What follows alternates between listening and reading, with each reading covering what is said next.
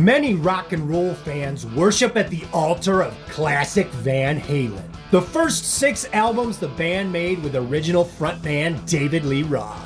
And today I want to talk about what made early Van Halen so great as revealed by the man himself, Diamond Dave. So stick around. Cat Stanley Space Demons coming at ya. You know the songs. Jamie's Crying, Ain't Talking About Love, Unchained, Panama, Jump. The list goes on and on. But how were those songs created? David Lee Roth has talked about the dichotomy between him and the Van Halen brothers, the constant friction that sparked the Van Halen fire. Eddie and Alex Van Halen came from a musical family.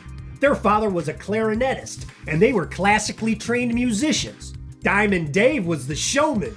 He got his musical education from listening to the radio. The brothers were the virtuosos who strove for perfection, and Dave's the one who kept it loose. Add in a squeeze of Michael Anthony's bottom end and a spritz of his high harmonies, and you have magic.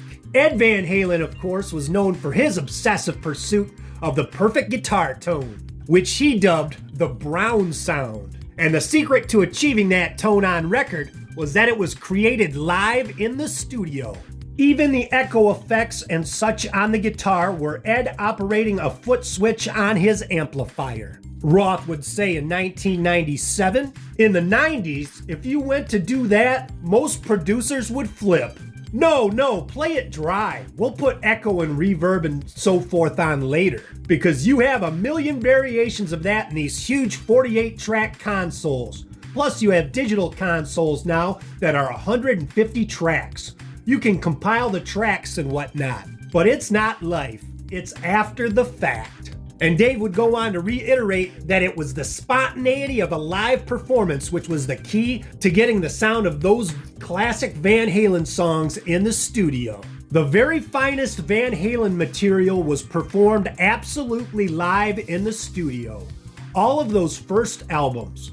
And the best material on the later albums was completely live, including the solo, including the echo that was on the individual instruments. And we played each song 3 or 4 times.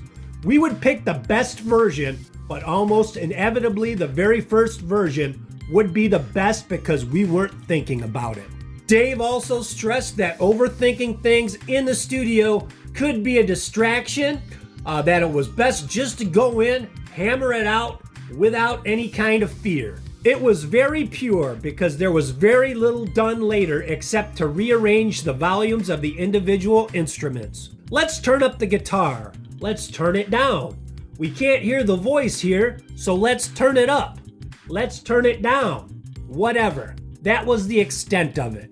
And most of the time, Dave recorded his vocals live with the band. Eddie seldom overdubbed guitar parts, and the secret to Dave's sound on those records may have been his complete lack of preparation. He talks about how before recording the vocal for Jamie's Crying on that first Van Halen album, he made an effort to exercise, he didn't smoke any cigarettes, he ate a good breakfast that morning. Producer Ted Templeman, when Dave started singing the track, immediately noticed something was off.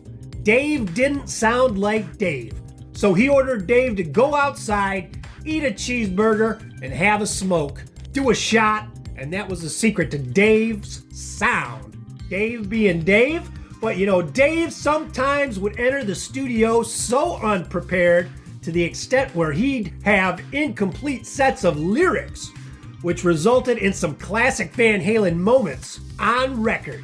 Here's Dave talking about that with Howard Stern in 1997. What was the song where you talked about that you liked Black Silk Stockings with the line running up the back? I think that's...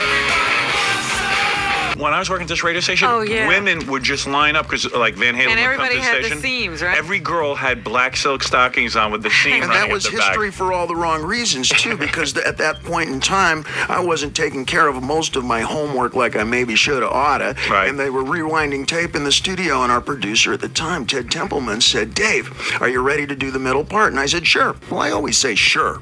And when he started to roll, I didn't have any lyrics prepared. Right. And there were a couple of gals sitting sitting on the couch, on the other side of the glass, and I just started talking to him. Wow. So it just happened by accident. I mean, just like we just off the top of your head. Well, I'm never going to admit I didn't do my homework. Right. And Dave's right, man. I remember when I was a young Van Halen fan growing up as a kid, me and my friends, we didn't walk around singing the hooks to those songs. We didn't walk around going, whoa, whoa, Jamie's crying.